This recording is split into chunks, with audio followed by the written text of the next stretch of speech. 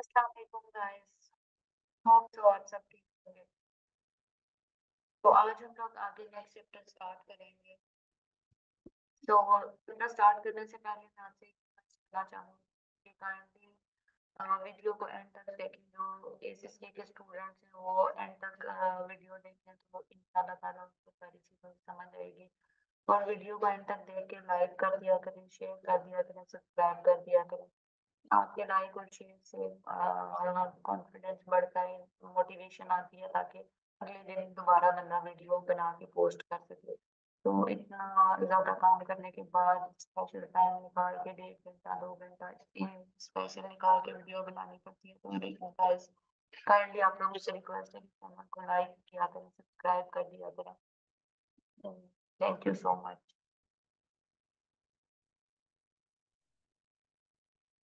Okay, तो आज हम लोग स्टार्ट करेंगे चैप्टर 3।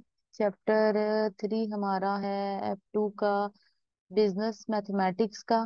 इस चैप्टर का जो लिंक है वो बिजनेस और मैथमेटिक्स मिक्स करके यहाँ पे आएगा, क्योंकि कुछ मैथमेटिकल टेक्निक्स जो होती हैं वो बिजनेस में भी इन्वॉल्व होती हैं और अप्लाई होती हैं, तो वो भी हमने यहाँ पे देखनी है।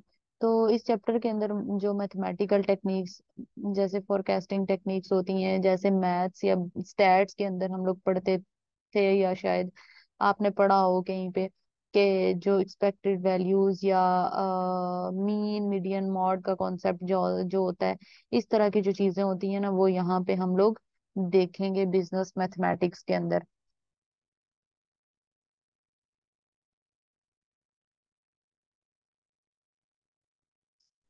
ओके, तो स्टार्ट हम लोग कर लेते हैं बिजनेस मैथमेटिक्स का चैप्टर। बिजनेस मैथमेटिक्स के अंदर हम लोगों ने पहले बात की कि ये सारी चीजें हम जो बिजनेस और मैथ्स के रिलेटेड हैं वो डिस्कस करेंगे। तो पहले हम इसके ऊपर ये देख लेते हैं कि जो चैप्टर के अंदर मटेरियल है वो हमने क्या क्या पढ़ना है। तो सबसे पहले अगर हम लोग देखें तो हमने यहाँ पे एक्सप्लेन और कैलकुलेट करना है एक्सपेक्टेड वैल्यूज। और ये एक्सपेक्टेड वैल्यूज हमने क्यों करनी है वो जब हम टॉपिक स्टार्ट करेंगे तो मैं बताऊंगी। वैसे नॉर्मली हम लोग ये चीज देखते हैं कि सम टाइम ऐसा होता है कि कभी कभी डिसीजन मेकिंग के अंदर हमें प्रॉब्लम आ रही होती है। इस तरह से प्रॉब्लम आ रही होती है कि हमारा जो जो डिसीजन है उसके अंदर आने वाली चीजें जो होती हैं वो चांसेस की सूरत में आ रही होती हैं। लाइक हमारे पास चांस ए भी होता है, चांस बी भी होता है, चांस सी भी होता है, डिफरेंट तरह के चांसेस होते हैं। तो उनमें से कैसे हम डिसाइड करें कि हम आने वाले टाइम में क्या कर सकते हैं। फॉर एग्जाम्पल, मतलब मैं एक छोटी सी एग्जांपल देती हूँ कि हमारा कैश इनफ्लो जो हम फॉरकास्ट करते हैं, इनफ्लो जो हम फॉरकास्ट या एस्टिमेट करते हैं, ठीक है, फॉरकास्ट या एस्टिमेट करते हैं फ्यूचर के लिए। अगर मैं देखूं तो वो शायद मेरा, मुझे चांस ऐसे लगता है कि मेरा 20,000 का भी आ सकता है, मेरा 50,000 का भी आ सकता है, एक पीरियड के लिए, एक टाइम के लिए। लाइक हम मार्च की बात कर रहे हैं, मार्च में मेरा कैश फ्लो आने के चांसेस 20,000 भी हैं, 50,000 भी हैं, और शायद हो सकता है कि 30,000 भी हो। अब मैंने अपने पास एक बजट बनाना है, मैंने अपने पास एक बजट बना के लिखना है कि मेरे पास कितना कैश फ्लो मार्च में आना है। तो जब मेरे पास डिफरेंट तरह की वैल्यूज होंगे, डिफरेंट तरह के चांसेस होंगे, तो उनमें से मैं किस तरह डिसाइड करूँ कि मुझे 20,000 लिखना चाहिए, मुझे 50,000 लिखना चाहिए अपने बजट में, या 30,000 लिखना चाहिए। तो इस चीज की ये जो डेविएशन आ रही है ना बीच में, मतलब डिफरेंट डिफरेंट कैश फ्लो आ रहा है, हालांकि मंथ एक ही है, लेकिन चांसेस ये है कि ये भी आ सकता है, ये भी आ सकता है, और ये भी आ सकता है। तो इस चीज को खत्म करने के लिए हम क्या करेंगे, हम एक्सपेक्टेड वैल्यूज को यूज करेंगे। तो ये बेसिकली एक्सपेक्टेड वैल्यूज को हम, ये इसके अंदर जो मैथमेटिकल टेक्निक्स हैं, मैथमेटिकली जो यूज होती हैं, लाइक हम समीशन यूज करते हैं, वहां पे हम मैथमेटिकल जो फॉर्मूलाज यूज करते हैं उनको लिंक करेंगे बिजनेस के अंदर। कि बिजनेस के लिए भी हमें डिसीजन करना होता है, जैसे मैंने बताया कि हमें बजट बनाना है। तो बजट को बनाने के लिए हमें क्या करना है, हमें फोरकास्ट करना है, हमें अंदाजा करना है कि कितने कितने कैश फ्लो आ रहे हैं। तो अगर चांसेस डिफरेंट डिफरेंट है तो उसके लिए फिर हमें क्या करना चाहिए, किस ऑप्शन पे जाना चाहिए, ये चीजें हम करने के लिए क्या करेंगे, एक्सपेक्टेड वैल्यूज करेंगे। फिर इसकी लिमिटेशन वगैरह देखेंगे, इसकी देखेंगे कि यूजफुलनेस क्या है, इससे कैसे हम प्रॉफिटेबल टेबल बना सकते हैं या प्रॉफिट टेबल बना सकते हैं, किन चीजों में ये यूज हो सकता है। फिर हमें लीनियर फंक्शन टेक्निक को यूज करना है। Linear function technique regression analysis को यूज करते हुए, रिग्रेशन फ्रेमवर्क से इंटरप्रिटेशन भी करेंगे। रिग्रेशन और ये जो लीनियर फंक्शन है, रिग्रेशन एनालिसिस को हम लिंक करेंगे हाई लो मेथड के साथ भी, कि हाई लो मेथड और इसका क्या आपस में लिंक बनता है, वो भी हम देखेंगे कि रिग्रेशन मेथड कैसे अप्लाई होता है। ये भी बेसिकली फोरकास्टिंग के लिए यूज होता है, यानी कि अंदाजे लगाने के लिए यूज होता है, जो एस्टिमेट्स होते हैं उनको बेहतर बनाने के लिए यूज होता है। यानी कि हमारे पास डिफरेंट डिफरेंट चांसेस हों, हम कंफ्यूज हों उन चीजों से, उन उस टाइम के दौरान हमें बेहतर डिसीजन करने में हेल्प आउट करता है। जैसे फॉर एग्जांपल अगर मैं यहाँ पे एक छोटी सी एग्जांपल देती हूँ, कि अगर मैंने बिजनेस के अंदर, जैसे अभी मैंने कैश फ्लो की बात की, इसी तरह हमें कुछ कंफर्मेशन नहीं है, कुछ कैश फ्लो की या किसी चीज की सेल्स का हमें एग्जैक्ट नहीं पता, तो उसके लिए भी हमें डिफरेंट डिफरेंट या डिफरेंट प्रोजेक्ट्स हैं, तो हमें किन में जाना चाहिए किन में नहीं जाना चाहिए, तो हम रिग्रेशन एनालिसिस से एक बेस्ट फिट लाइन ड्रॉ करेंगे, और उस लाइन के ऊपर जो जो पॉइंट्स आ रहे होते हैं उनको हम चूज करते हैं, ताकि हम ये जो वेरिएशन है, ताकि हम जो डेविएशन है वेरिएशन है इस चीज से बच सकें। तो इस तरह की सारी टेक्निक्स जो हैं वो हमने देखनी है, वो हमने पढ़नी है चैप्टर नंबर 3 के अंदर। ओवरऑल हमारा ये पर्पस है चैप्टर 3 का।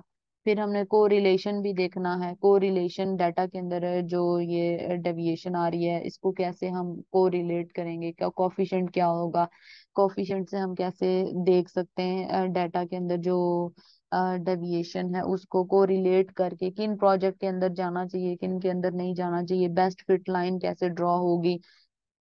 कभी कभी ऐसा होता है, कुछ चीजें ऐसी होती हैं जो बिल्कुल डायरेक्टली कोरिलेट कर रही होती हैं, कुछ चीजें ऐसी होती हैं जो डायरेक्टली रिलेट नहीं कर रही होती, लाइक उनका आपस में कोई इस तरह से लिंक नहीं बन रहा होता। तो उस डाटा के अंदर डिसीजन कैसे करने, ऑब्वियसली डिसीजन तो हमने करने ही करने, तो उस सिचुएशन के अंदर कैसे कैसे डिसीजंस लिए जाएंगे कैसे कैसे नहीं, तो ये सारी चीजें ओवरऑल हमने क्या करनी है इस चैप्टर नंबर 3 के अंदर स्टडी करनी है।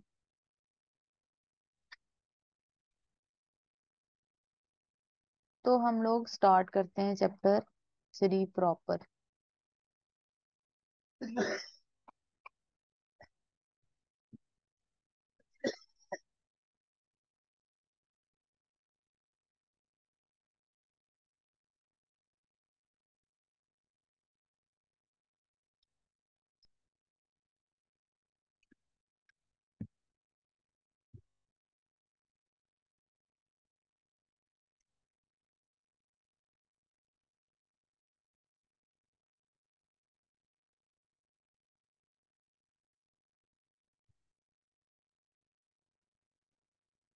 1 मिनट आप वेट करना।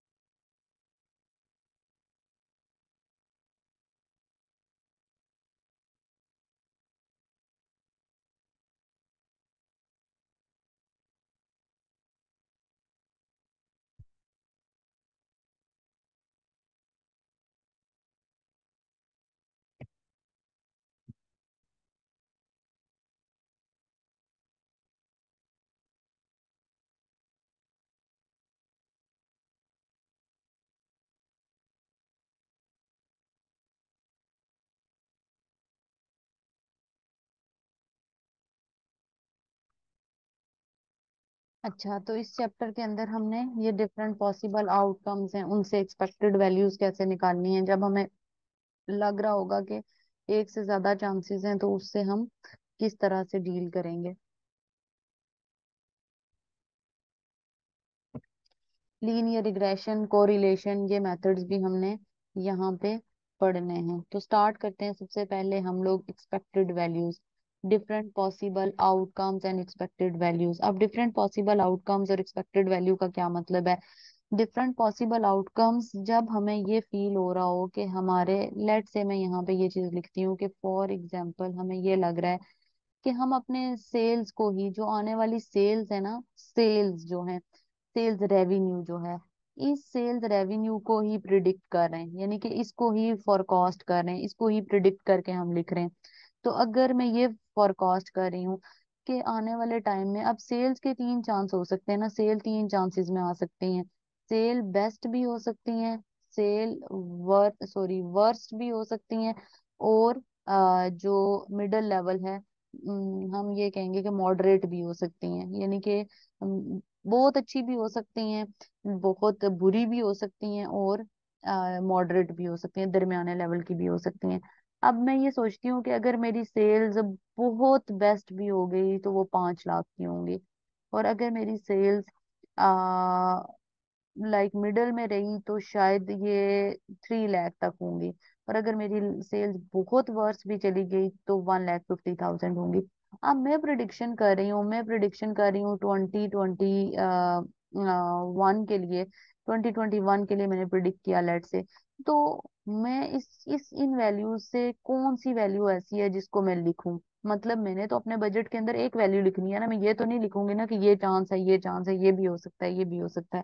मुझे अपने बजट के अंदर एग्जैक्ट एक ही वैल्यू चाहिए, तो वो मैंने लिखनी है। मतलब एग्जैक्ट 100% नहीं, बजट तो आप अंदाजा लगा रहे हो ना, लेकिन वैल्यू तो आपने वहां पे एक ही लिखनी है। ठीक है, तो वैल्यू हम एक ही लिखेंगे। अब हमें वो वैल्यू चाहिए जो हमने लिखनी है। तो उसके लिए बेसिकली अब आउटकम्स देखो डिफरेंट आ रहे हैं, आउटकम्स हमारे पास एक से ज्यादा हैं, प्रोबेबिलिटी आ रही है इस चीज के अंदर। प्रोबेबिलिटी किस चीज को कहते हैं? Chances of occurrence of an event. इस कंडीशन के अंदर हमारे पास आ रही है प्रोबेबिलिटी। प्रोबेबिलिटी क्या कहती है? प्रोबेबिलिटी होती है chances, chances of occurrence of an event, किसी चीज के होने के chances, occurrence of an event, किसी चीज के होने के चांसेस। तो अब वो एक से ज्यादा हैं, तो मैंने एक से ज्यादा चांसेस को डील करते हुए क्या करना है? एक चांस को लेना है। तो इनमें से मैं क्या करूंगी? अब मुझे खुद से तो बेस्ट आइडिया नहीं होगा कि मैंने क्या कैसे करना है, तो उस चीज की हेल्प मुझे करता है एक्सपेक्टेड वैल्यूज मेथड। ठीक है, एक्सपेक्टेड वैल्यू मेथड क्या करेगा? एक्सपेक्टेड वैल्यू मेथड मुझे एक लॉन्ग रन एवरेज देगा। लॉन्ग रन एवरेज मतलब 50,000 को भी प्रिडिक्ट करके, इस मतलब इसको भी कंसिडर करते हुए, 30,000 को भी कंसिडर करते हुए, और 20,000 को भी कंसिडर करते हुए, तीनों को कंसिडर करते हुए ये मुझे एक लॉन्ग रन एवरेज देगा। एवरेज यानी कि ओवरऑल हम एवरेज अगर देखते हैं तो मुझे ऐसे लगता है कि 50,000, 30,000 और 150,000, तो इसकी एक एवरेज निकाल लेते हैं, एक लॉन्ग रन एवरेज। लंबे कैश फ्लो से एक एवरेज बना के हम क्या करेंगे? उसकी बेस पे डिसीजन लेंगे। लेट से मैं ये कहती हूँ कि मेरी ऑन एन एवरेज जो सेल्स रेवेन्यू है वो मेरा रहेगा 325,000 का। ठीक है, ऑन एन एवरेज 325,000 का मेरा रेवेन्यू रहेगा, तो मैं उसकी बेस पे क्या कर लेती हूँ? रिकॉर्डिंग कर लेती हूँ। तो एक्सपेक्टेड वैल्यू मेथड हमें एक लॉन्ग रन एवरेज देता है, जो कि बेसिकली हमारे डिसीजन में हेल्प आउट करता है, और हमारे डिसीजन को सपोर्ट इस तरह से करता है कि वो जो उसके अंदर से वेरिएशन आ रही होती है उसको हम खत्म कर लेते हैं। या expected value method probability distribution, जिसके अंदर हम weighted average probability distribution use करेंगे। अब एक्सपेक्टेड वैल्यू का फॉर्मूला हमने क्या यूज करना है? क्योंकि अब हम थोड़ा सा मैथमेटिकली जा रहे हैं, तो मैथमेटिकली जैसे ये समीशन वगैरह होते हैं, ये मैथ्स में यूज होते हैं, तो हमने बिजनेस को मैथमेटिक्स के साथ रिलेट करना है। तो ये जो मैथमेटिक्स टेक्निक्स होती हैं ये बिजनेस में भी यूज होती हैं। जैसे बिजनेस में भी तो हमें इस तरह के डिसीजन लेने पड़ते हैं ना, वहां पे हम मैथ्स को अप्लाई कर सकते हैं। तो किस तरह से हमने करना है एक्सपेक्टेड वैल्यू? ये हमारे पास क्या है? Expected value is equal to sum of P into X. P हमारे पास क्या है? प्रोबेबिलिटी। पी किस चीज को कहेंगे? पी बेसिकली ये है कि अब मेरे पास ये था ना कि 50,000 कैश फ्लो है, 30,000 सॉरी 3 लाख कैश फ्लो है, 150,000 कैश फ्लो है। इनके होने के चांसेस हैं, मुझे ऐसा लग रहा है कि बहुत बेस्ट कंडीशन होने का चांस मेरे पास कितने परसेंट है? 40% चांस है। इसका मुझे कितना लग रहा है? इसका मुझे लग रहा है कि 20% है कि मीडियम मीडियम रहेगा। 40 और 20 60 हो गया, और मैं ये कहूंगी कि 40% चांस है कि मेरा वर्स्ट केस भी हो सकता है। तो बेसिकली इनकी प्रोबेबिलिटी है, इनके चांसेस हैं। ये 100% नहीं है कि ऐसा ही कैश हो। अगर 100% हो तो फिर तो पॉसिबल आउटकम डिफरेंट हो ही ना। तो ये चांसेस हैं, डिफरेंट तरह के चांसेस। इन्हीं चांसेस से प्रोबेबिलिटी को ही तो हमने डील करना है। इन्हीं चांसेस में से ही हमने प्रोबेबिलिटी को डील करके क्या करना है, एक्सपेक्टेड वैल्यू मेथड अप्लाई करना है। तो अब यहाँ पे P हमारे पास क्या है, प्रोबेबिलिटी। P हमारे पास है प्रोबेबिलिटी ऑफ आउटकम अकरिंग, मतलब चांसेस। जैसे मैंने ये कहा ना 40% इसका चांस है, ये इसकी प्रोबेबिलिटी है, ये P है। इसका होने का चांस कितने परसेंट है। जैसे हम ये कहते हैं कि पेपर देना है, पेपर का चांस है 50% चांस है पास हो जाएंगे, 50% चांस है फेल हो जाएंगे। लेकिन हमने बहुत अच्छी तैयारी की हुई है, अच्छे से किट्स की हुई है, बुक अच्छे से की हुई है, इसका मतलब ये है कि हमारा 70% चांस है कि हम पास हो जाएंगे, 30% चांस है कि फेल हो जाएंगे, और बहुत ही आउट क्लास तैयारी की हुई है। इसका मतलब ये है कि हमारे chances of occurrence of event बढ़ जाएंगे। 80% चांस है, 90% चांस है, 5% चांस है कि ड्रॉप हो सकते हैं। इसका मतलब ये है कि आपने एक्सपेक्टेड वैल्यू, जो पॉसिबिलिटी है, जो प्रोबेबिलिटी है, वो आपने देखनी है किस तरह से आ रही है। अब जैसे यहाँ पे बताया हुआ है, expected values are used in simple decision making situation. Simple decision making, decide best course of action. किसी भी कंपनी के लिए आपने बेस्ट डिसीजन लेना है तो उसके लिए आप क्या करोगे, एक्सपेक्टेड वैल्यू मेथड को यूज करोगे। कि एक्सपेक्टेड वैल्यू मेथड बेसिकली किस तरह से हम यूज करते हैं, और ये एक लॉन्ग रन एवरेज हमें प्रोवाइड करेगा, जिससे हमारे डिसीजन को सपोर्ट मिलेगी और हमारा डिसीजन इजी होगा। यानी कि हमें समझ होगी कि ये डिसीजन हमारा कैसे हो रहा है, इसको कैसे हमें लेना चाहिए। अच्छा, फिर हम इसी तरह देखते हैं probabilities are based on analysis of past data. ये जो प्रोबेबिलिटीज होती हैं ना, जो चांसेस होते हैं, ये किस बेस पे होते हैं। चांसेस जो होते हैं वो पास्ट की हिस्टोरिकल बेसिस पे होते हैं, मतलब पास्ट की परफॉर्मेंस के ऊपर। जैसे ना आप अगर लेट से फॉर एग्जांपल मैं ये कहूँ कि आप एज अ स्टूडेंट, अगर मैं ये बात करूँ कि आप पिछले पेपर देते आए हो, आपने अगर फॉर एग्जांपल MA1 का पेपर दिया है, MA2 का पेपर दिया है, तो आपको प्रोबेबिलिटी वो बनाना आ जाती है। आपको अंदाजा हो जाता है कि अच्छा इतना मैं पढ़ लूं तो मुझे मैं पास हो जाऊंगा, या इतनी तैयारी में कर लूं तो मैं पास हो जाऊंगा, मुझे ये चीज आती हो, या इतने दिन मुझे रिक्वायर्ड है। तो वो पास्ट की जो परफॉर्मेंसेस होती हैं, पास्ट के जो एक्सपीरियंसेस होते हैं, उसकी बेस पे आप क्या करते हो, आपको अंदाजा हो जाता है कि हमने कैसे चलना है। तो प्रोबेबिलिटी हमेशा होती है पास्ट से और फ्यूचर के लिए इंडिकेट हम करते हैं। When using expected value to assess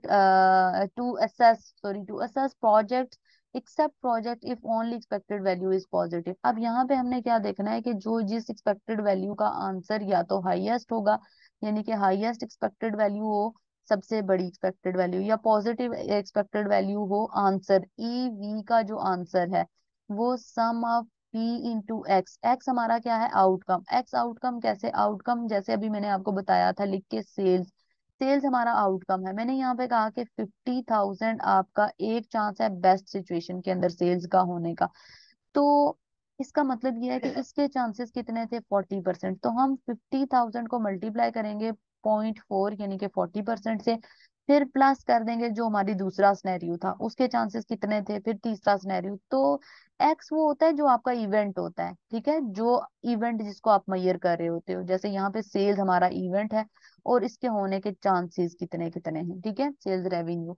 तो इस तरह से हमने उसका आंसर अगर पॉजिटिव आता है तो इसका मतलब ये है कि दैट शुड बी सेलेक्टेड, और उसकी बेस पे हमें डिसीजन कर लेना चाहिए। If deciding between projects which all have positive expected value, अगर सबकी पॉजिटिव एक्सपेक्टेड वैल्यू आती है then highest expected value. Already मैंने एक्सप्लेन कर दिया कि अगर हमारे पास दो चांसेस होते हैं, या तो हमें हाईएस्ट पे जाना होता है या हमें पॉजिटिव पे जाना होता है, ठीक है। पॉजिटिव होगा तो इट मीन्स हमारे लिए बेटर होगा, अदरवाइज हम हाईएस्ट पे चले जाएंगे अगर सबकी पॉजिटिव आ रही है तो। और उसी से हम आगे फ्यूचर को प्रिडिक्ट करते हैं। अब बात आती है कि ये बिजनेस और मैथ्स का आपस में क्या ताल्लुक है, बिजनेस प्लस प्लस मैथ्स का आपस में क्या ताल्लुक बन रहा है, बिजनेस मैथमेटिक्स। ये जो समीशंस वगैरह होते हैं ना, सम बनाना, मीन मीडियन मॉड करना, ये सारा जो होता है ये मैथ्स का काम होता है। लेकिन इस मैथमेटिकल टेक्निक्स को यूज करके हम बिजनेस के लिए इसको यूजेबल बना सकते हैं, इसको बिजनेस में यूज कर सकते हैं। कैसे? जैसे अगर मुझे ये पता चल जाएगा कि सेल्स कितने परसेंट आ रही हैं या चांसेस कितने परसेंट एक्सपेक्टेड वैल्यू से, उन्हीं वैल्यूज को मैं फॉर फ्यूचर यूज करके प्रिडिक्ट करके अपने बजट्स बना सकती हूँ, अपने बजट्स बना सकती हूँ, अपने टारगेट्स दे सकती हूँ सेल्स मैनेजर्स को। तो इस तरह से हम ये बिजनेस मैथमेटिक्स को यूज करेंगे in the field of ACCA. जैसे यहाँ पे एक एग्जांपल दी गई है, हमें एक क्वेश्चन दिया गया है। क्वेश्चन क्या है? हाँ, a company has recorded the following daily sales over the last 200 days। पिछले 200 दिनों से कंपनी ये वाली सेल्स रिकॉर्ड कर रही है, 200 दिनों से, लास्ट 200 डेज। 100 स्टार्ट के जो 40 डेज थे उसमें 100 सेल हुई हैं, उसके बाद के जो 60 डेज थे उसमें 200 सेल्स हुई हैं, देन आपके पास 80 डेज के अंदर 300 सेल्स हुई हैं, उसके बाद आपके पास 20 डेज के अंदर 400 सेल्स हुई हैं। अब वो हमें क्या कह रहा है कि calculate expected sales level in the future. हमें कैसे पता चलेगा कि हमारी फ्यूचर की सेल्स कितनी है? ठीक है, फ्यूचर की सेल्स कितनी है हमें कैसे पता चलेगा? हम इसके लिए ना क्या करते हैं, प्रोबेबिलिटी बना लेते हैं। ठीक है, प्रोबेबिलिटी खुद बना लेते हैं, प्रोबेबिलिटी इसके लिए बना लेते हैं। पहले हम इस क्वेश्चन को ना स्निप करके उधर ले जाते हैं ताकि हमें इजी हो जाए इसको सॉल्व करना, जगह हमारे पास स्पेस जरा अच्छी बन जाए।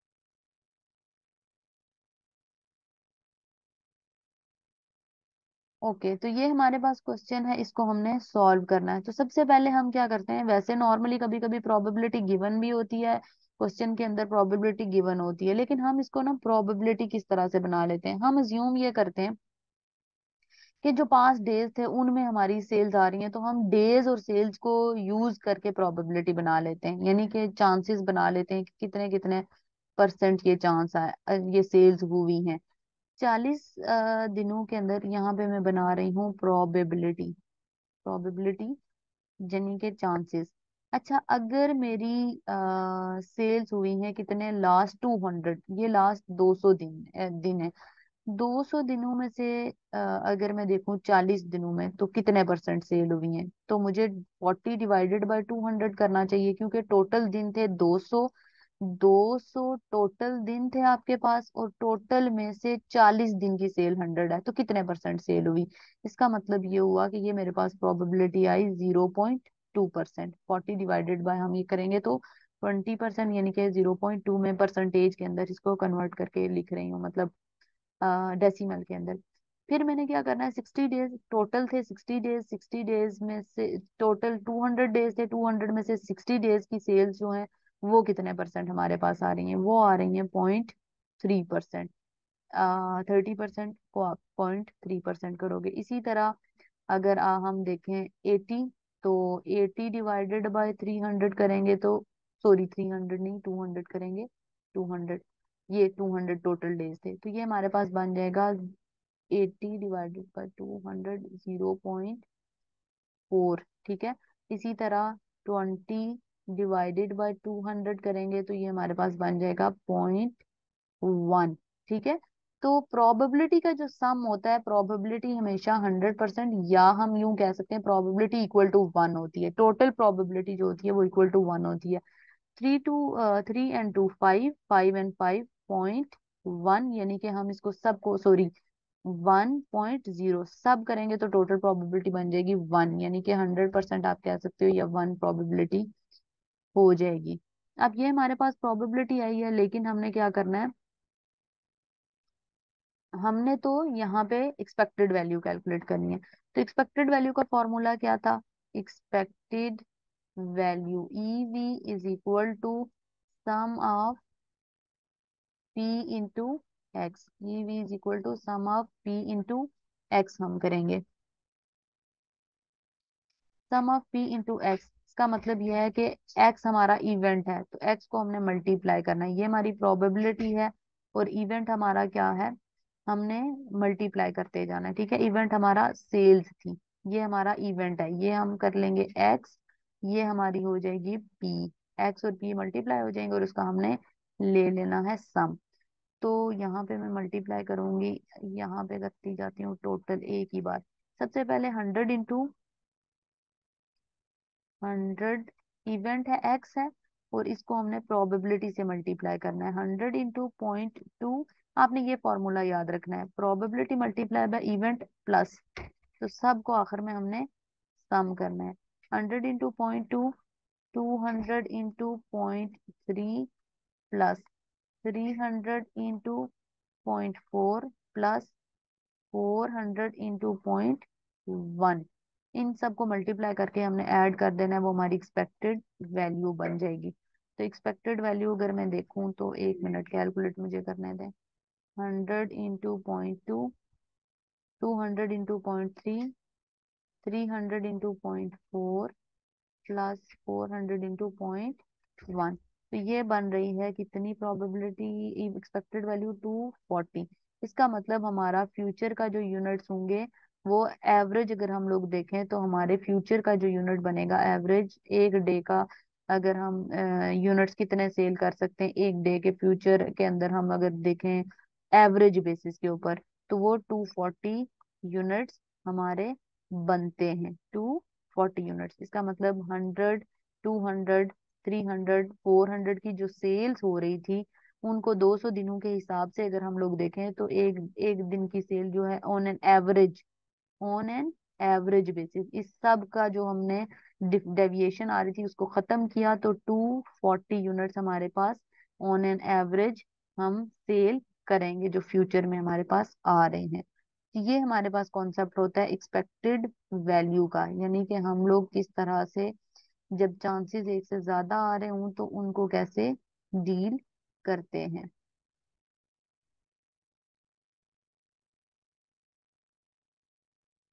इसी तरह यहाँ पे टेस्ट योर अंडरस्टैंडिंग वन भी दी हुई है। टेस्ट योर अंडरस्टैंडिंग वन के अंदर वो क्या कह रहा है, टेस्ट योर अंडरस्टैंडिंग वन के अंदर बताया गया है कि द एक्सपेक्टेड वैल्यू, अच्छा, the expected value of the company of the profit, एक मिनट, profit from all three contracts will be close to thousand, कितने थाउजेंड तक होगा जो कंपनी का है एक्सपेक्टेड वैल्यू, कंपनी का प्रॉफिट तीनों उसमें से कितना कितने परसेंट होगा। A company is building 3 contract, company के कॉन्ट्रैक्ट कितने हैं 3, which are awarded independently each other, तीनों को इंडिपेंडेंटली अवार्ड किया जा रहा है, यानी कि तीनों को डिफरेंटली अवार्ड किया जा रहा है। The board estimate is that its change of the winning contract as 50%. X के लिए 50% है, winning contract Y is 1 in 3, 1 in 3 मतलब 3 का परसेंटेज हमने लेना है। ठीक है, 1 in 3। उसके बाद विनिंग कॉन्ट्रैक्ट Z का 1/5, मतलब 1 in 5 का मतलब ये है कि ये इसका 1 in 3 पार्ट हम लेंगे, थर्ड पार्ट लेंगे, और इसका 1/5 ले लेंगे, 5 पार्ट, मतलब पांचवा हिस्सा इनाम एज अ रिवॉर्ड मिलेगा, इसका एक्स को 50% मिलेगा। Are estimated to be 40,000, X का 40,000 है और इसकी परसेंटेज है 50%।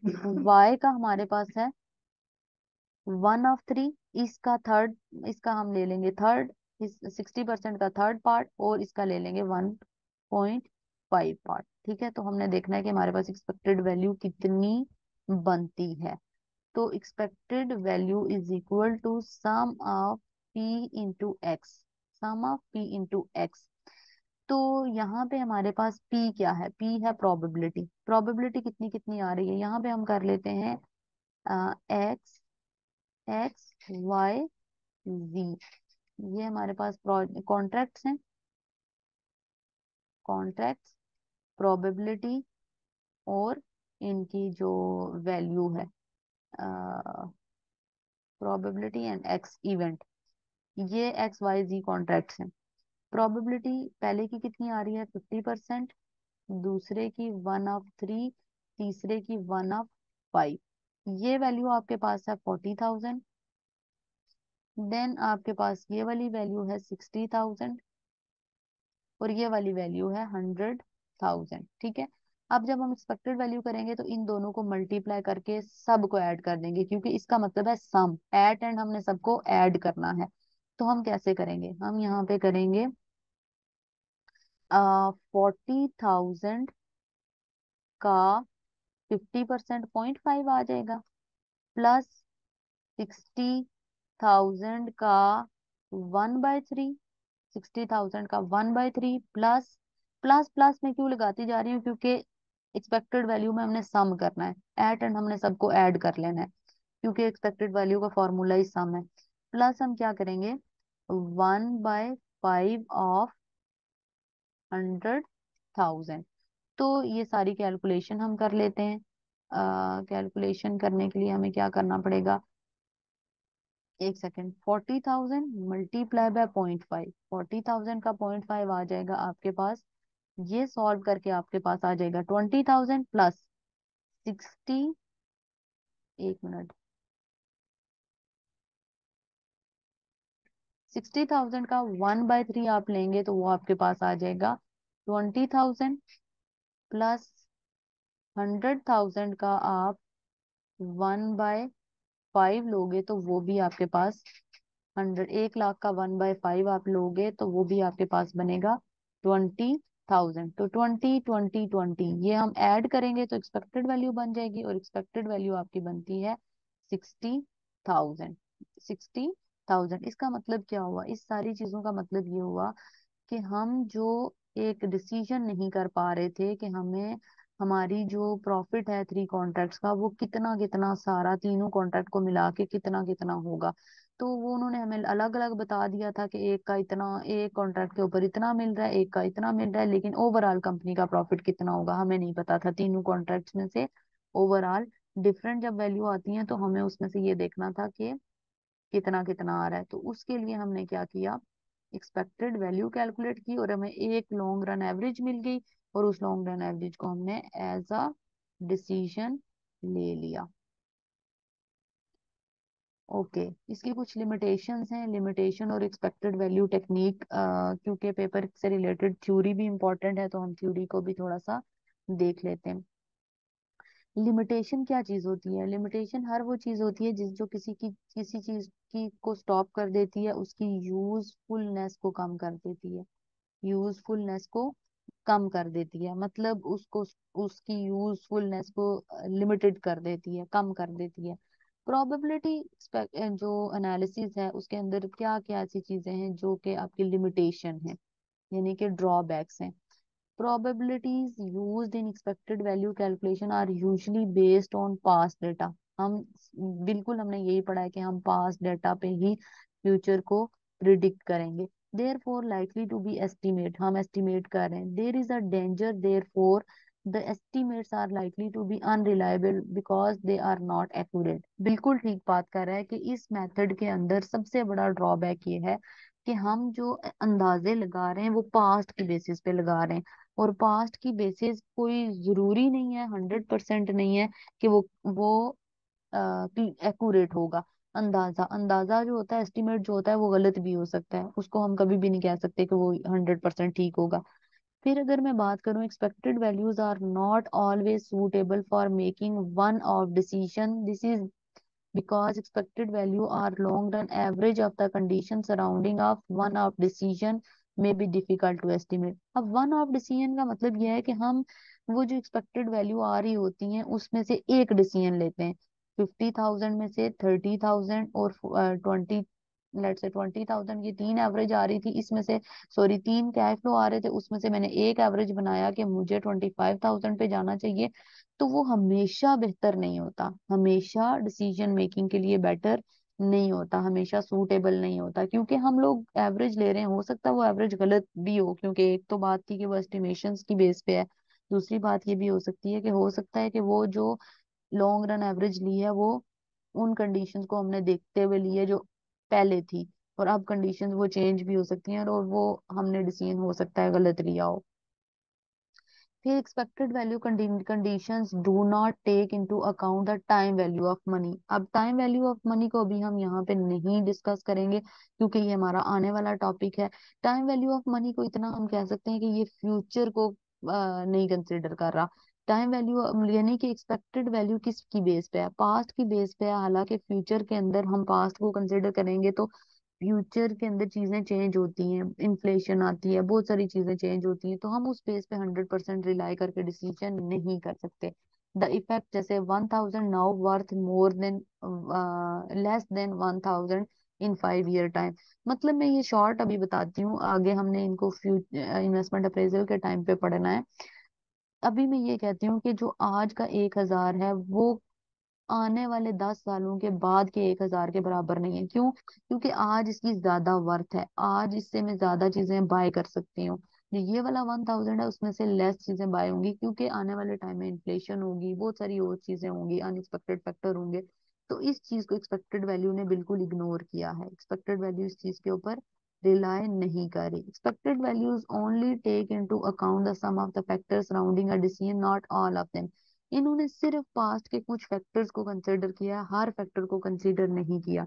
और अगर आप हर फैक्टर को कंसिडर नहीं करोगे तो डेफिनेटली आपको रिस्क है, आपको प्रॉब्लम फेस करनी पड़ सकती है क्योंकि ये पर्सन टू पर्सन वेरी भी करती है। हो सकता है जो आपने सोचा हो वो बाकी आपने सोच के प्रिडिक्ट किया हो वो बाकी लोग ना सोच रहे हो, आपके कंपेटिटर बाकी मार्केट के अंदर वैसी सिनेरियोज ना हो, तो ये गलत भी हो सकता है। तो हम ये कह सकते हैं कि जो एक्सपेक्टेड वैल्यूज हैं, एक्सपेक्टेड वैल्यू मेथड है, वो जरूरी नहीं है कि 100% ही ठीक होगा। इसके अंदर लिमिटेशंस भी हैं, इसके अंदर ड्रॉबैक भी है। हम ये कह सकते हैं कि अप्लाई कर भी सकते हैं और नहीं भी कर सकते, करते भी हैं। अगर हमारे पास सिर्फ पास्ट डाटा से हमें प्रिडिक्शन करनी है और वो पास्ट डाटा से प्रिडिक्शन होती है अच्छी, तो इट मीन्स कि हमें वो यूज कर लेना चाहिए।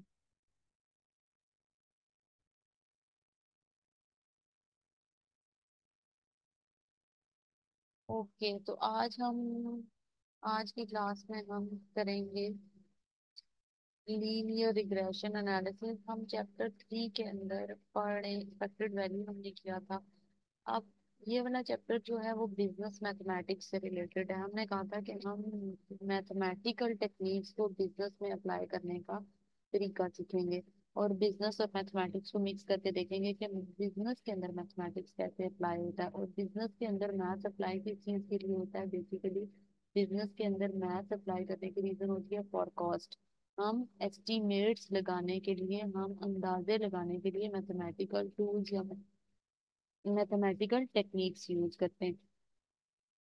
तो लास्ट टाइम हमने एक्सपेक्टेड वैल्यू यूज किया था और एक्सपेक्टेड वैल्यू के थ्रू भी हम अपनी जो फ्यूचर की सेल्स हैं उनको प्रिडिक्ट कर सकते थे। अब हम लोग एक लीनियर रिग्रेशन एनालिसिस करेंगे। लीनियर रिग्रेशन एनालिसिस किस चीज का नाम है या लीनियर रिग्रेशन एनालिसिस क्यों किया जाता है? लीनियर जो होता है ना वो बेसिकली डायरेक्ट होता है, डायरेक्ट रिलेशनशिप होता है लीनियर जिसको कहते हैं। डायरेक्ट का मतलब ये होता है कि एक चीज के बढ़ने से दूसरी चीज भी बढ़ती है, एक चीज के मूव होने से आगे या अपवर्ड मूव होने से दूसरी भी अपवर्ड मूव होती है। अब लीनियर रिग्रेशन एनालिसिस का मतलब ये है कि यहाँ पे ये जो लीनियर रिग्रेशन एनालिसिस होता है, यहाँ पे हम टू वेरिएबल्स का रिलेशनशिप देखते हैं। टू वेरिएबल्स का रिलेशनशिप देखेंगे, आपस में इनका रिलेशनशिप देखेंगे। वन डिपेंडेंट वेरिएबल और सेकंड इज इंडिपेंडेंट वेरिएबल। इस सारे कॉन्सेप्ट के अंदर हमने देखना क्या है? हमने ये देखना है कि इंडिपेंडेंट वेरिएबल, जो इंडिपेंडेंट वेरिएबल है उसकी मूवमेंट से डिपेंडेंट वेरिएबल, डिपेंडेंट वो होता है जो मतलब डिपेंड कर रहा होता है इंडिपेंडेंट पे, जैसे इंडिपेंडेंट बिहेव करेगा उसका रिएक्ट डिपेंडेंट करेगा। तो इंडिपेंडेंट वेरिएबल की मूवमेंट से, इसकी मूवमेंट से डिपेंडेंट वेरिएबल का क्या रिएक्शन आता है, डिपेंडेंट वेरिएबल का क्या रिएक्शन आता है, ये चीज हम करेंगे लीनियर रिग्रेशन एनालिसिस के अंदर। तो ये हमारा लीनियर रिग्रेशन एनालिसिस मेथड के अंदर हम देखेंगे। जैसे यहाँ पे हमें ये बताया जा रहा है कि यहाँ पे ये बताया जा रहा है कि consider the following data which relates to the total cost incurred at various output level in a factory. मतलब कि कॉस्ट, जो कॉस्ट है उसका आउटपुट लेवल के लिहाज से, आउटपुट क्या होता है, यूनिट्स होते हैं, ठीक है। इन यूनिट्स के लिहाज से कॉस्ट का क्या बिहेवियर आ रहा है, कॉस्ट कैसे इंकर होती जा रही है, कम इंकर हो रही है या ज्यादा इंकर हो रही है। अब अगर हम लोग देखें तो कॉस्ट 26 यूनिट पे 6566 आ रही है, 30 यूनिट पे 6510 आ रही है, 33 पे 6800 आ रही है, 44 पे 6985 आ रही है, 73 पे इतनी आ रही है, 50 पे 73 पे इतनी आ रही है।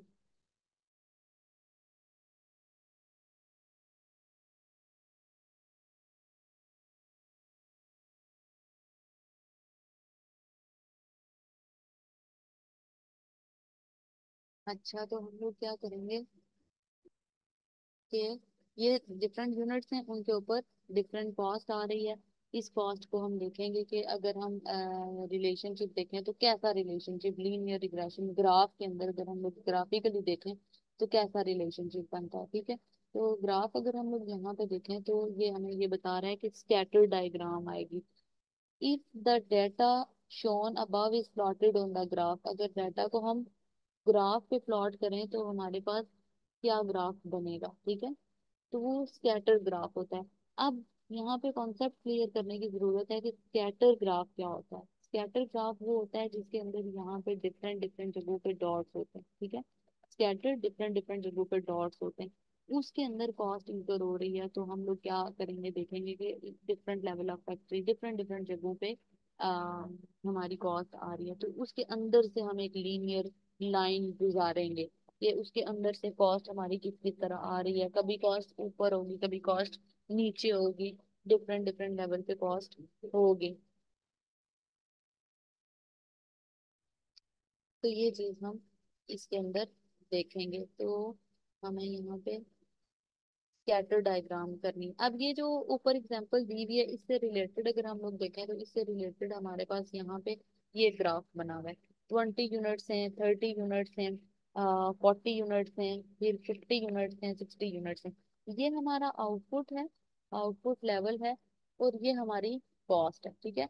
अब कॉस्ट का बिहेवियर देखो कैसे आ रहा है, हमने एक लीनियर लाइन ड्रॉ की और लीनियर लाइन के पास स्कैटर, स्कैटर मैंने क्या बताया, स्कैटर डायग्राम वो होती है जो इस तरह प्लॉटेड डॉटेड वाली डायग्राम होती है, ठीक है। उसके अंदर ये हमने एक लाइन सीधी गुजारी कि जैसे जैसे यूनिट्स बढ़ते जा रहे हैं वैसे वैसे हमारा कॉस्ट भी बढ़ती जा रही है, जितना ज्यादा आउटपुट बनाएंगे उतनी कॉस्ट ज्यादा होगी। तो उसके अंदर हमने जब ड्रॉ किया कि 30 यूनिट्स पे कितनी कॉस्ट आ रही थी, 20 पे कितनी आ रही थी, 40 पे कितनी आ रही है, 50 पे कितनी आ रही है, तो वो कॉस्ट हमारी कुछ इस तरह से आ रही है। एक कॉस्ट का पॉइंट यहाँ पे है, एक यहाँ पे है, एक यहाँ पे है, एक यहाँ पे है, एक यहाँ पे है और एक यहाँ पे है, ठीक है। ये इस तरह से पॉइंट्स को शो कर रही है कॉस्ट। तो ये क्या है, ये स्कैटर्ड डायग्राम है, ये लीनियर। तो लीनियर रिलेशनशिप बेसिकली हमें ये देखना होता है कि इस डॉटेड डॉट्स वाली डायग्राम में से हमारी बेस्ट फिट लाइन कैसे आएगी, बेस्ट फिट लाइन को हम कैसे ड्रॉ करेंगे। ये होता है लीनियर रिग्रेशन एनालिसिस या बेस्ट फिट लाइन। ये ग्राफ जो बना हुआ है इस ग्राफ को हम क्या कहते हैं, ग्राफ जो हमारे पास बना हुआ है मैंने बताया कि जो डॉटेड ग्राफ होता है जिसके अंदर इस तरह से डॉट डॉट डॉट बने हुए होते हैं, उसमें से हम जब लाइन गुजारते हैं तो वो ग्राफ होता है स्कैटर्ड ग्राफ, ठीक है, स्कैटर्ड चार्ट या scattered graph. Scatter graph can be used to make an estimate fixed and variable cost by drawing the line। अब यहाँ पे ये जो टोटल कॉस्ट आ रही है, ये जो 6800 आ रही है, ये जो 6400 आ रही है, या डिफरेंट डिफरेंट आ रही है, इन कॉस्ट का मतलब क्या है, ठीक है। इन कॉस्ट का, ये वाली कॉस्ट है टोटल कॉस्ट, ठीक है, ये टोटल कॉस्ट है। इस टोटल कॉस्ट में वेरिएबल कॉस्ट भी शामिल है, इस टोटल कॉस्ट में फिक्स कॉस्ट भी शामिल है। तो स्कैटर डायग्राम को हम इस चीज के लिए भी यूज करते हैं, कैन बी यूज, ये उस चीज के लिए भी यूज हो सकती है कि हमारे पास एस्टिमेटेड फिक्स कॉस्ट कितनी है और वेरिएबल कॉस्ट कितनी है। अब जाहिर है ये जो 6600 है इसके ऊपर यहाँ तक जो पोर्शन होगा, जो फिक्स पोर्शन होगा वो फिक्स होगा, फिर जो अपवर्ड जा रहा होगा वो चेंज होता हुआ हो रहा होगा वो वेरिएबल है। ये बेसिकली मिक्स्ड कॉस्ट है। मिक्स्ड कौन सी, जो हमने लास्ट क्लास में पढ़ा था कि हमारे पास वेरिएबल और फिक्स होती है और उसमें से हम क्या करते हैं, सेपरेट करते हैं। अब इसके लिए हमने लाइन द बेस्ट फिट वो वाली लाइन ड्रॉ करनी है उन पॉइंट्स को रिप्रेजेंट करते हुए, जैसे अभी ऊपर हमने ग्राफ में देखा कि हमने एक लाइन ड्रॉ की और उन पॉइंट्स को देखा कि वो पॉइंट्स कहाँ कहाँ पे आ रहे हैं। The line of best fit is the cost equation. जो बेस्ट फिट लाइन होगी उसको कॉस्ट इक्वेशन कहते हैं। और कॉस्ट इक्वेशन हमने क्या पढ़ा था, y is equal to A plus B X. अब इसके अंदर ये जो ऊपर डायग्राम है, इसके अंदर ये जो टोटल कॉस्ट हमें बताई जा रही है, ये कॉस्ट है। कौन सी कॉस्ट? Total cost. इसके अंदर वेरिएबल कॉस्ट प्लस फिक्स दोनों है। अब जो ये वाला इसका पोर्शन है, ये वाला पोर्शन जो अपवर्ड जाता जा रहा है, ये इसके अंदर चेंजिंग आती जा रही है, ये चेंजिंग वाला पोर्शन जो है ये वेरिएबल कॉस्ट वाला पोर्शन है। और जो जितनी जितनी कॉस्ट यहाँ पे आ रही है और जितनी जितनी एक्टिविटी, इसके अंदर कुछ पार्ट फिक्स है कुछ वेरिएबल है। तो इन दोनों को हम बेस्ट फिट लाइन के थ्रू देखेंगे कि कैसे हमने इसको करना है। Regression analysis can be used to establish the equation of the line best fit and therefore fixed and variable cost। वही चीज इसमें रिपीट की है कि दोनों चीजों को कैलकुलेट करने के लिए यूज होता है। एस्टिमेटेड फिक्स कॉस्ट और एस्टिमेट अंदाजा, नॉट एक्यूरेट, 100% करेक्ट नहीं हम कह सकते। Regression analysis like the high low method, जैसे सेम हम हाइलो मेथड करते हैं ना, A y is equal to A plus B X, बिल्कुल ऐसे ही रिग्रेशन एनालिसिस के अंदर हम वेरिएबल कॉस्ट और फिक्स कॉस्ट कैलकुलेट करेंगे। उसको हम सेमी वेरिएबल में से डिफरेंट करेंगे, ठीक है। तो उसके लिए हमें क्या करना है, linear regression analysis. Calculate the value of A की वैल्यू कैलकुलेट करके बताएगा, बी की वैल्यू कैलकुलेट करके बताएगा, किससे? पास्ट कॉस्ट डाटा से। ये कोई खुद से नहीं बताएगा, इसके पास जो हिस्टोरिकल डाटा होता है। अब यहाँ पे देखो, आप सिर्फ ये देखो, अगर मैं इस एक मिनट, इसको मैंने डायग्राम को, अगर ये जो चीजें मैंने लिखी ये रिमूव करें। अब यहाँ पे देखो कि अगर हमारे पास यहाँ तक का एस्टिमेट हो, अगर इस ग्राफ के अंदर मेरे पास इधर तक का एस्टिमेट है, यहाँ तक का, और यहाँ तक का एस्टिमेट ये इस तरह की मुझे कंडीशन शो कर रहा है, ये इस तरह का डाटा शो कर रहा है और इस तरह की बेस्ट फिट लाइन। तो जैसी लाइन यहाँ तक मैंने बनाई है, इधर से आगे मुझे पता है कि ये जो ये चीज जो है ये क्या है, ये पास्ट है, ये पास्ट है। तो पास्ट को यूज करते हुए मैं यहाँ से आगे इधर तक का फ्यूचर प्रिडिक्ट कर सकती हूँ, ठीक है। इधर तक का फ्यूचर प्रिडिक्ट कर सकती हूँ क्योंकि पास्ट की मूवमेंट में कोई ऐसा पॉइंट नहीं आया कि जिसमें कॉस्ट इस तरह से मूव हुई हो, कहीं डाउन गई हो, वो अपवर्ड ही जाती जा रही है। तो मैं यूनिट्स के लिहाज से इस तरह से आगे प्रिडिक्ट कर लूंगी कि अगले यूनिट पे कितनी कॉस्ट आएगी। 20 यूनिट से 30 यूनिट पे जाते हुए बढ़ी है तो 30 से 40 पे जाते हुए भी ऑब्वियसली बढ़ेगी। तो ये बेसिकली हम इसको पास्ट डाटा से फ्यूचर के लिए भी यूज कर सकते हैं एस्टिमेशन के लिए। तो इसीलिए इसने हमें यहाँ पे ये चीज बताई है कि हम पास्ट डेटा से आगे ए पार्ट बी पार्ट कैलकुलेट करेंगे। अब वहां पे हम क्या करते थे, वहां पे हम सिंपल ए प्लस बी एक्स यूज करते थे। ए का फॉर्मूला हाइलो मेथड में कुछ और था। अब यहाँ पे क्योंकि हमें लीनियर करना है, तो लीनियर के लिए हमें ए प्लस बी एक्स डिफरेंट तरीके से करना है।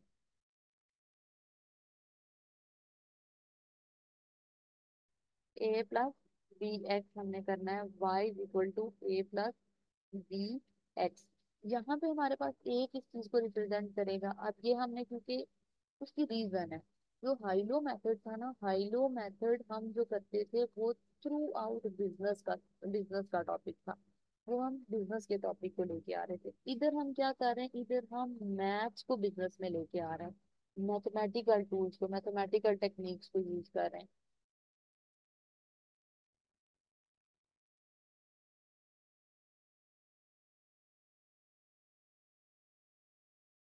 तो मैथ्स की हम टेक्निक्स को क्या कर रहे हैं, बिजनेस के साथ लिंक कर रहे हैं। तो ए इज इक्वल टू क्या होगा, सम ऑफ वाई। अब देखो ये जो सम होता है और ये जो समीशन वगैरह ये वाली टेक्निक्स होती हैं, एक्स वाई जो होता है, ये मैथ्स में यूज होता है क्योंकि ये मैथमेटिकल टेक्निक है। इसके अंदर बहुत ज्यादा डिटेल में जाने की जरूरत भी नहीं है क्योंकि मैथ्स का हमारे साथ इतना ताल्लुक नहीं होता। हमें सिर्फ बस अपने पॉइंट ऑफ व्यू को क्लियर करने हैं जो हमारे बिजनेस के अंदर रिलेटेड है, और इससे हम बेसिकली अपने फ्यूचर की सेल्स वगैरह को प्रिडिक्ट करने के लिए इसको यूज करते हैं। Sum of Y divided by N, ये कैसे आएगा, sum of Y divided by N minus sum of B X divided by sum of B X divided by N. इस तरह से हमारे पास ए आ जाएगा। ए किस चीज को हम बोलेंगे, ए हमारा क्या चीज है, ए हमारी फिक्स्ड कॉस्ट है, ये हमारी फिक्स्ड कॉस्ट हो जाएगी। और बी हमारे पास कैसे आएगा, बी हमारे पास क्या है, बी होता है variable cost per unit variable cost पर। वहां पे भी हम याद है ना कैसे करते थे, y is equal to A plus B X. तो x हमारे पास यूनिट्स होते थे, b हमारे पास वेरिएबल कॉस्ट पर। सेम उसी तरह ही है बट मैथमेटिकल टेक्निक्स के थ्रू है। तो हम क्या करेंगे, b का फॉर्मूला कैसे आएगा, n किस चीज को कहेंगे, जितना डाटा के नंबर होंगे, मतलब नंबर्स का मतलब ये है कि मेरे पास जो डाटा दिया हुआ है वो 1 2 3 4 5 पीरियड का दिया हुआ है, तो 5 पीरियड इज माई n। ये मेरे पास 5 पीरियड क्या होगा, n होगा, जितना डाटा दिया हुआ है। सम ऑफ एक्स वाई हमारे पास वेरिएबल्स होंगे, ठीक है, इंडिपेंडेंट और डिपेंडेंट वेरिएबल। एक्स और वाई इंडिपेंडेंट और डिपेंडेंट वेरिएबल होंगे, ठीक है। और हम उनको क्या करेंगे, एक्स और वाई को बी के लिए क्या करेंगे, sum of N multiply by sum of x Y minus sum of x multiply by sum of Y divided by N into sum of x square and sum of x whole का square. अब paper के अंदर क्या होता है, वैसे यहाँ पे तो हम पूरी इलिस्ट्रेशन करेंगे, लेकिन पेपर के अंदर क्या होता है, जब पेपर के अंदर क्वेश्चन आता है तो ये जो एक्स स्क्वेयर है या सम ऑफ एक्स वाई है, ये वाली फिगर जो होती है, ये वाली जो अमाउंट होती है, ये एग्जामिनर खुद आपको कैलकुलेट करके देता है। आपको जस्ट उसको फॉर्मूला के अंदर पुट करना होता है।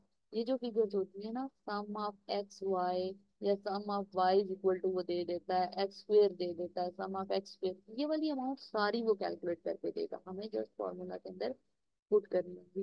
जैसे यहाँ पे बोला गया a is equal to variable cost per period, a हमारे पास, sorry fix, a is equal to fix cost per period. Intercept, एक इंटरसेप्ट है एक ग्रेडियंट है, इंटरसेप्ट और ग्रेडियंट, यानी कि एक हमारे पास वो चीज है जो चेंज नहीं होगी, जो एक सेम फिक्स रहेगी, और ग्रेडियंट जो वेरिएबल कॉस्ट पर यूनिट जाएगी, यानी कि जो यूनिट के चेंज होने से वो भी फिर हम टोटल में बढ़ाते जाएंगे, चेंज करते जाएंगे। एक्स हमारे पास क्या है, एक्टिविटी लेवल, वाई हमारे पास क्या है, total cost fix plus variable cost. Mission का साइन क्यों यूज हो रहा है, सम के लिए। एन क्या है, सैंपल साइज, मैंने आपको पहले बताया एन हमारे पास क्या होगा, जितने नंबर ऑफ डाटा हम यूज करें। तो रिग्रेशन फॉर्मूला को हम यूज करेंगे for calculating values A and B. हमें वो कह रहा है कि फॉर्मूला आपको दिया गया है, don't waste valuable time learning them by heart but do make sure that you know how to use them properly. मैंने पहले आपको ये चीज पढ़ने से पहले ही मैंने आपको ये चीज बता दी कि F2 के पेपर के अंदर आपको एग्जामिनर ये इतनी लंबी कैलकुलेशन नहीं देता, क्योंकि 2 घंटे का पेपर होता है, एग्जामिनर को पता होता है कि इस क्वेश्चन के लिए आपको बहुत ज्यादा लंबी टाइम चाहिए, तो इतना टाइम नहीं होता आपके पास, आपको क्वेश्चन की कैलकुलेशन सॉल्व करके दी जाती है, सिर्फ आपने क्या करना होता है, वैल्यूज पुट करनी होती है। अब वो कह रहा है कि कहाँ पे हमें केयर करने की जरूरत है, during regression analysis. Regression line can be used with confidence to calculate intermediate values of variable। जो वेरिएबल्स, जो वेरिएबल्स के मिड में वैल्यूज है ना, जैसे ये वेरिएबल है एक्स है वाई है, उनके मिड वाली वैल्यूज वो कैलकुलेट करने के लिए यूज कर सकते हैं हम कॉन्फिडेंस के साथ। उसकी रीजन ये है कि इसके अंदर हमें पास्ट डाटा होता है, पास्ट डाटा से हम क्या करते हैं, एस्टिमेट लगा के, ये जो ए और बी फॉर्मूला लगा के हम इसको कैलकुलेट कर सकते हैं। Generally speaking extrapolation must be treated with caution. Extrapolation को हम क्या करेंगे, बोथ कॉशन से यूज करेंगे। एक्सट्रापोलेशन मतलब ये होता है कि जहाँ पे आप क्या करते हो, एक होता है इंटरपोलेशन, ये जैसे दो चीजें हैं।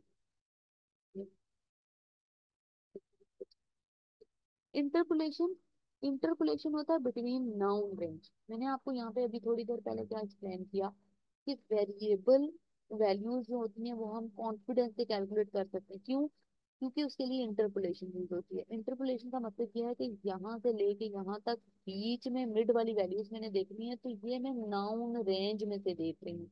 नाउन रेंज का मतलब यह है कि इधर से इधर तक की वैल्यूज मुझे पता है, मिड में से कोई वैल्यू स्किप है तो वो मैं अंदाजा लगा के कैलकुलेट कर सकती हूँ, that is known as interpolation। interpolation होता है कि between noun values find out an unknown value।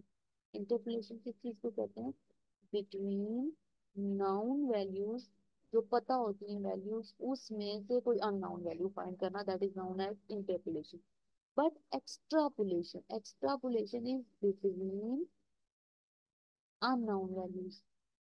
Unknown values find out the, मतलब हम ये कह सकते हैं कि यहाँ पे अननाउन वैल्यूज होती हैं और फाइंड आउट हमने करने होते हैं एस्टिमेट्स। यहाँ पे हम एस्टिमेट्स ही करेंगे। तो must be treated with caution. Unknown, totally unknown values होंगी रेलिवेंट रेंज के थ्रू। रेलिवेंट रेंज हम गैस कर सकते हैं कि ये रेलिवेंट रेंज हो सकती है। अदर फैक्टर में इन्फ्लुएंस द सिचुएशन। हाँ, अब आप इस चीज को समझो, इस कॉन्सेप्ट को समझो कि हम लोग ये कह रहे हैं कि बिटवीन नाउन रेंज, अगर इंटरपोलेशन में हम ये कह रहे हैं कि बिटवीन नाउन रेंज हम वैल्यूज कैलकुलेट करते हैं, और तो वो वाली वैल्यू हम नाउन रेंज के अंदर गैस करके कैलकुलेट करते हैं। जैसे मुझे पता है ना कि यहाँ पे आ रहा है 1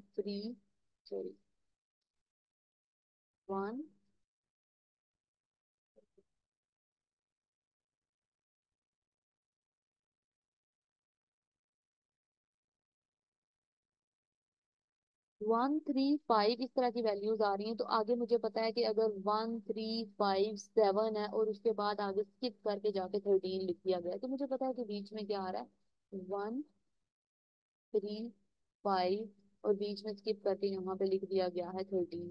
तो मुझे पता है कि बीच में क्या आता है, 5 आगे 9 आएगा। तो ये वाली जो वैल्यू होती है ना, ये कॉन्फिडेंस के साथ हम कैलकुलेट कर सकते हैं। लेकिन हम ये नहीं कहते कि ये जो वैल्यूज होंगी वो 100% ही ठीक होती हैं, या हम कॉन्फिडेंस से इसको यूज जरूर कर सकते हैं।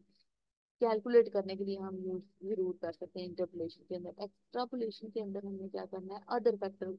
अब जरूरी नहीं है कि अदर, ये तो हम तब कर रहे हैं ना जब हमें पता है कि ये वैल्यूज आएंगी और आगे ये आ रही हैं, बाकी factors other remains constant, sales पे कोई इम्पैक्ट नहीं आएगा, कोई और बीमारी नहीं आ गई जिसकी वजह से हमारी कंपनीज को, मतलब जैसे कोविड आ गया था तो कंपनी काफी सारी बंद हो गई थी।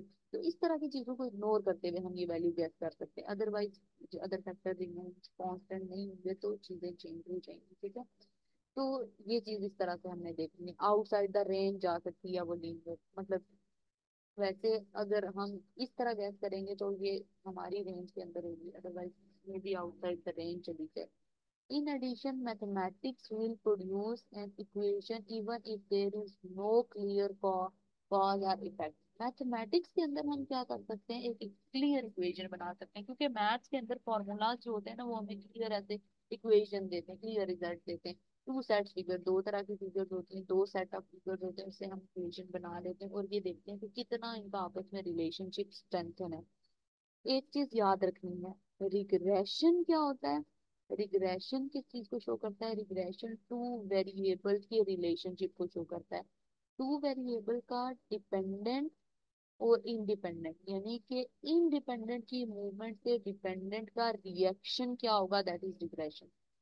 बट इन दोनों का आपस में कितना स्ट्रॉन्ग रिलेशन है, कितना स्ट्रॉन्ग। अगर मैं ये डायग्राम स्कैटर्ड ऐसे ड्रॉ करूंगी ना, तो ये पॉइंट एग्जैक्टली ऐसे बनेंगे, बिल्कुल भी लाइन से जरा भी इधर उधर नहीं होंगे। इसका मतलब इनका बहुत ज्यादा आपस में स्ट्रॉन्ग को रिलेशन है, एक दूसरे के साथ बहुत ज्यादा स्ट्रॉन्ग को रिलेशन है कि 1% भी दूसरी वैल्यू बढ़ती है तो ये भी बढ़ेगी।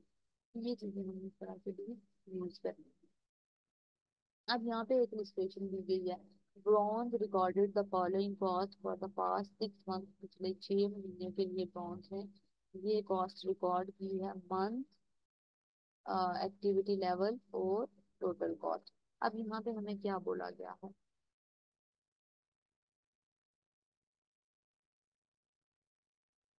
यहाँ पे हमें बोला गया है कि estimate the fix cost per month and variable cost per unit using the linear method. हमने लीनियर मेथड को यूज करते हुए एस्टिमेट करनी है फिक्स कॉस्ट पर मंथ, एक महीने की फिक्स कॉस्ट कितनी बनती है, and variable cost per unit using the linear regression analysis. तो उसके लिए हम क्या करते हैं, स्ट्रक्चर से जरा हम साथ में हमें टोटल कॉस्ट भी फाइंड करनी है। टोटल कॉस्ट तो इजीली फाइंड हो जाएगी क्योंकि हमारे पास जब वेरिएबल उसकी आ जाएंगी, देन हमारे पास ये करना बिल्कुल इजी हो जाएगा। फिर हमें नंबर ऑफ यूनिट्स को मल्टीप्लाई करना, बाकी ऑलरेडी हमारे पास डाटा भी है।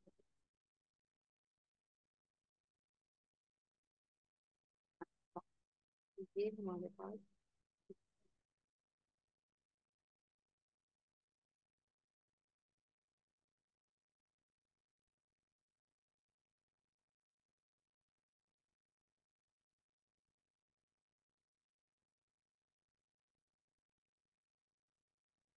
ये हमारे पास क्वेश्चन है और इसकी रिक्वायरमेंट को भी हम छापते हैं।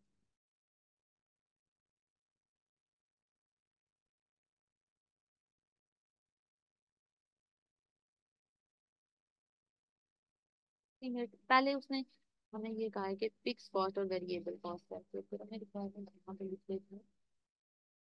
फिक्स्ड कॉस्ट हमने कैलकुलेट करनी है और variable cost per unit calculate करनी है। इसका फॉर्मूला और इसका फॉर्मूला लिख देते हैं। हमारे पास ये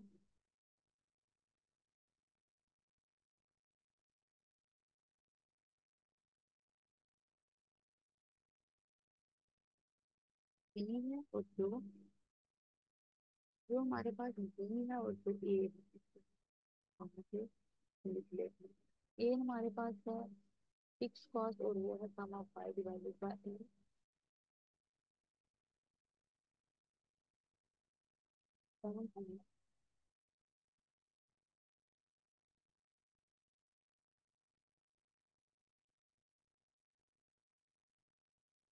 सम of y divided by n minus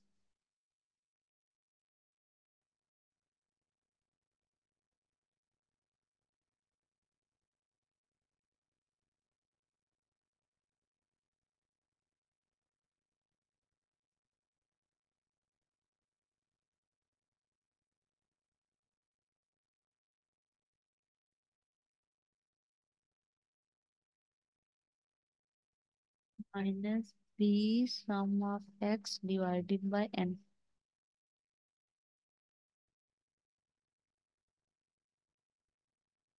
okay, ये हमारे पास किस चीज का फॉर्मूला है? ये हमारे पास फॉर्मूला है फिक्स कॉस्ट का। तो पहले हम फिक्स कॉस्ट कैलकुलेट कर लेते हैं। Sum of y। अब इसमें से हमने देखना है कि x हमारे पास क्या है और y हमारे पास क्या है। मैंने यहाँ पे आपको पहले थोड़ी देर पहले बताया था कि x हमारे पास क्या थी, एक्टिविटी।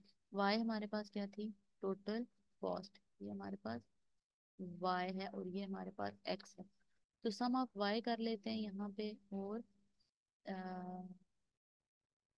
वो हमें इसके लिए वेरिएबल कॉस्ट पर यूनिट भी पहले कैलकुलेट करनी पड़ेगी।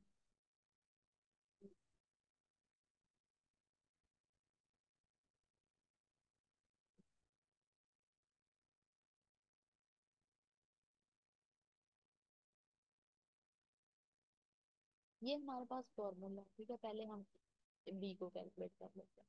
वेरिएबल कॉस्ट पर यूनिट को कैलकुलेट कर लेते हैं।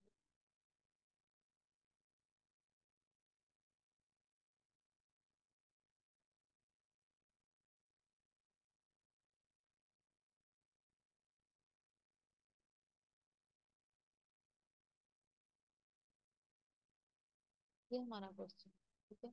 इधर हम वेरिएबल कॉस्ट पर यूनिट को कैलकुलेट कर लेते हैं। तो वेरिएबल कॉस्ट पर यूनिट के लिए आपको क्या करना है, आपको बी कैलकुलेट करना है। बी कैलकुलेट करने के लिए आप क्या करेंगे, n sum of x Y minus sum of x sum of y, इनको आपस में मल्टीप्लाई भी कर, ठीक है, divided by n sum of x square minus sum of x whole का स्क्वेयर, ठीक है। ये हम बनाएंगे।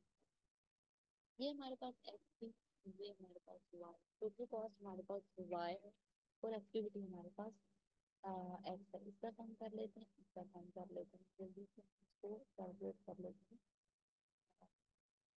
500 plus 6200 plus 6400 plus again 6500 then 6700 then 5400। मेरे पास इसका सम आ रहा है 37,700। मे बी मैंने जल्दी से कैलकुलेट किया रॉन्ग हो, बट आप एक दोबारा चेक करना। अच्छा, उसके बाद उसके बाद अगर हम देखें तो आगे आ रहा है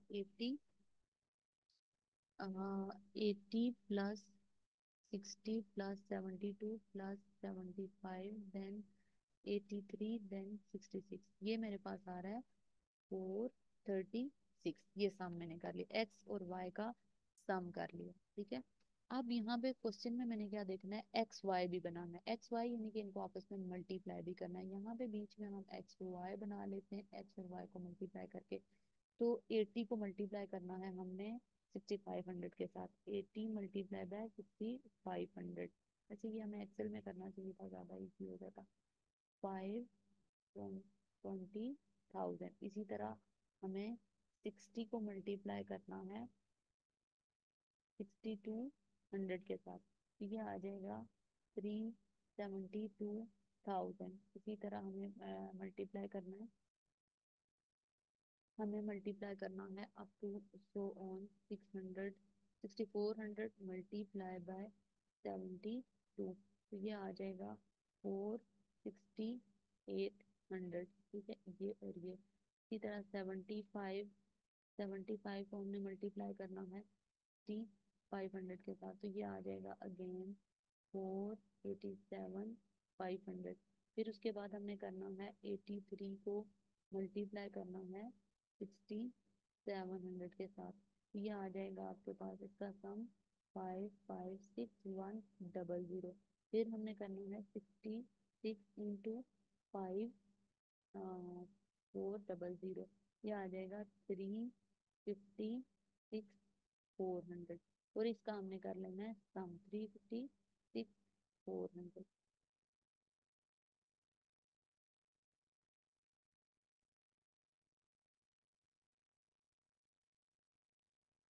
तो हम क्या कर लेंगे, इसका सम कर लेंगे। फॉर एग्जाम्पल मैं यहाँ पे मैं एग्जैक्टली सम नहीं कर रही, क्योंकि मीटिंग का टाइम कम है, तो वो मीटिंग बीच में एंड हो जाएगी। मैं फॉर एग्जांपल यहाँ पे रफ गैस लगा के लिख लेती हूँ 16 लाख, कुछ ये बन रहा है 16,43,7200। ये एक रफ गैस है, आप कैलकुलेट कर लीजिएगा कि कितना आता है और कितना नहीं आता। फिर हमने क्या करना है, हमने एक्स का स्क्वायर भी लेना है। एक्स का स्क्वायर में इस साइड पे लेती जा रही हूँ। यहाँ पे हमने स्क्वायर कैसे लेना है, स्क्वायर लेने का मतलब मैथ में जैसे हम लेते हैं 80 का हमने स्क्वायर लेना है, स्क्वायर लेना है, या फिर आप 80 इंटू 80 कर लो, दोनों चीजें ठीक है। तो 80 का स्क्वायर लेने से क्या आ जाएगा 6400। इसी तरह 60 का स्क्वायर लेने से क्या आ जाएगा 3600। इसी तरह 72 का स्क्वायर लेने से क्या आ जाएगा 5184। इसी तरह 75 का स्क्वायर लेने से क्या आ जाएगा 5625। और फिर 83 का स्क्वायर लेने से क्या आ जाएगा 6889। देन 66 इंटू 66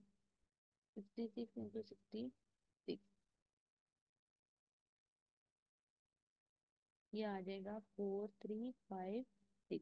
इसका भी हम कर लेंगे सम। इसका भी मैं एक रफ गैस लगा रही हूँ, इसका भी अगर मैं सम करूँ तो आ,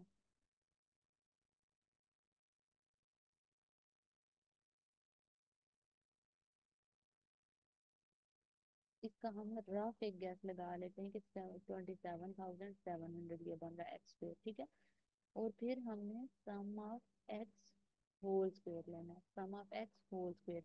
ये जो सम लिया हुआ है, ये जो है ना सम ऑफ एक्स होल स्क्वायर, ये पहले पूरे एक्स का सम करने के बाद इसका भी हमने होल स्क्वायर लेना है। तो ये आ जाएगा 436 मल्टीप्लाई बाय 436, ये आ जाएगा 1,90,096, ये इसका स्क्वायर। ठीक है, ये आ जाएगा।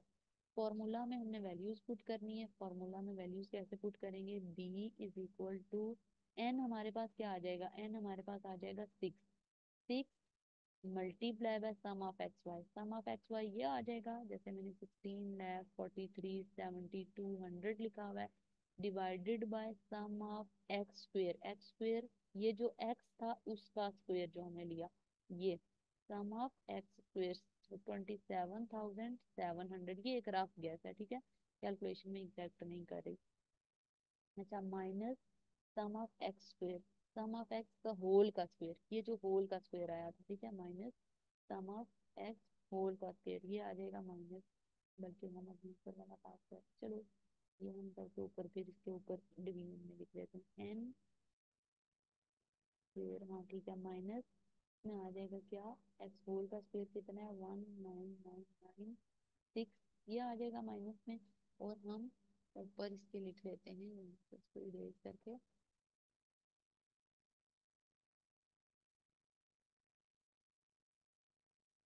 डिनोमिनेटर में और डिनोमिनेटर में और क्या था, 6 इंटू, अब हम यहाँ पे सम ऑफ एक्स वाई कर लेंगे। सम ऑफ एक्स वाई कितना आ रहा है, ये वाला 16, 4, 3, 7, 2, 0 minus sum of x multiply by sum of Y.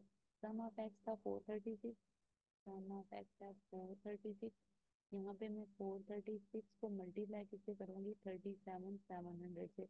436 किसका सम है, सम ऑफ एक्स है, ठीक है। उसने बोला है सम ऑफ एक्स को मल्टीप्लाई करना है सम ऑफ वाई के साथ।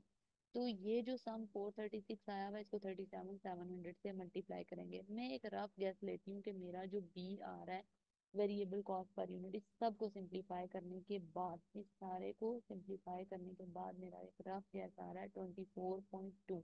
वेरिएबल कॉस्ट पर यूनिट कितनी आ रही है, 24.2। तो फिर मैंने क्या करना है, फिर मैंने फिक्स कॉस्ट कैलकुलेट करनी है। फिर मैंने फिक्स्ड कॉस्ट कैलकुलेट करनी है। तो फिक्स्ड कॉस्ट के लिए मुझे फॉर्मूला क्या यूज करना है, फिक्स्ड कॉस्ट के लिए हमारा फॉर्मूला क्या है, फिक्स कॉस्ट के लिए ए हमने कैलकुलेट करना है। अब यहाँ थोड़ा सा नीचे कैलकुलेशन करते हैं। फिक्स कॉस्ट के लिए हमने क्या करना है, फिक्स कॉस्ट के लिए हमने ए कैलकुलेट करना है। ए क्या है, sum of Y divided by N minus b into sum of x divided by n. तो a is equal to sum of y कितना है, सम ऑफ वाई ये है, ये जो मैंने y का सम किया हुआ, ठीक है। ये सम ऑफ y है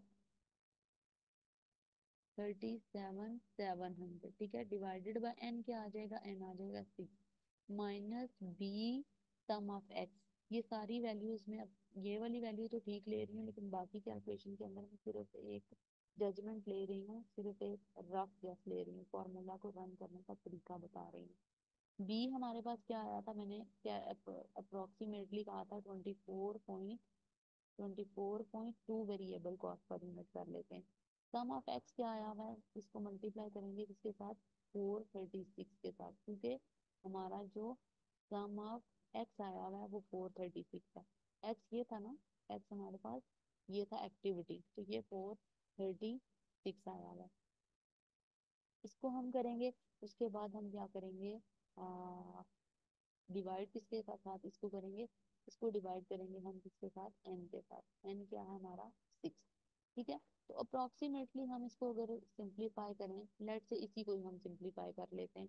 37,700 डिवाइडेड बाय करोगे आप 6, तो ये आ जाएगा 6283.33 माइनस 24.2 मल्टीप्लाई बाय 436, ये आप करोगे, डिवाइडेड बाय आप कर लोगे 6, ये आपके पास माइनस करके आ जाएगा 6,000। इसमें से माइनस आप कितना करोगे, 1758.5, ये आ जाएगा, ठीक है।